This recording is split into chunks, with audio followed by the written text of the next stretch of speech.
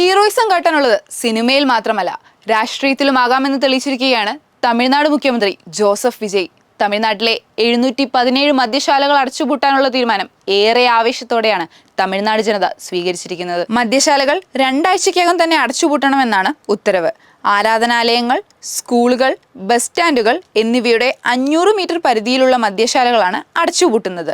Survey പ്രകാരം സ്കൂളുകൾക്ക് സമീപമുള്ള 186 മദ്യശാലകളും ആരാധനാലയങ്ങൾക്ക് സമീപമുള്ള 276 എണ്ണവും ബസ് സ്റ്റാൻഡുകൾക്ക് സമീപമുള്ള 255 മദ്യശാലകളുമാണ് അടച്ചുപൂട്ടുന്നത്. സ്കൂളുകളുടെയും ആരാധനാലയങ്ങളുടെയും 50 മീറ്റർ പരിധിയിൽ മദ്യശാല പാടില്ല എന്നായിരുന്നു നിലവിലുണ്ടായിരുന്ന നിയമം.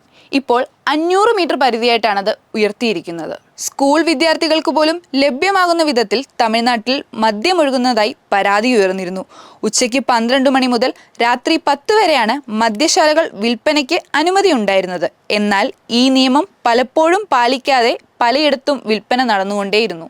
അധികാരത്തിലെത്തിയ ഉടൻ തന്നെ സ്ത്രീകളുടെ സുരക്ഷ ഉറപ്പുവരുത്തുവാൻ ഒരു പ്രത്യേക പദ്ധതി രൂപീകരിക്കുവാൻ മുഖ്യമന്ത്രി ഉത്തരവിട്ടിരുന്നു. കൂടാതെ ഗാർഹിക ഉപഭോക്താക്കൾക്ക് 200 യൂണിറ്റ് വരെ സൗജന്യ വൈദ്യുതി നൽകുന്ന പദ്ധതിയും ഏറെ ജനപ്രീതി നേടിയിരുന്നു.